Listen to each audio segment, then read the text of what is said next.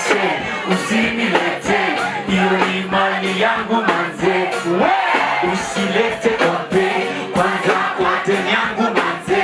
Aise usinilete, hiyo ni mali yangu manze.